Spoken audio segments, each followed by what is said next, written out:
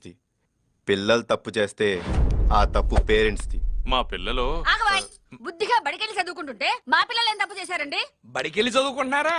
Live చూడండి. GK నాకు తండ్రి లాంటాడు. మరి నేనెవరునే? జీకే గారు తమ్ముడు రిలీజ్ అయ్యేంత వరకు కాలేజీలు లేవు, ఎగ్జామ్స్ లేవు, చదువులు లేవు. మా అమ్మ మీద టెస్ట్ చెప్తున్నాం. మా జీకే గారి కళ్ళల్లో ఆనందం చూసినాక ఇక్కడి నుంచి పోయేది లేదు.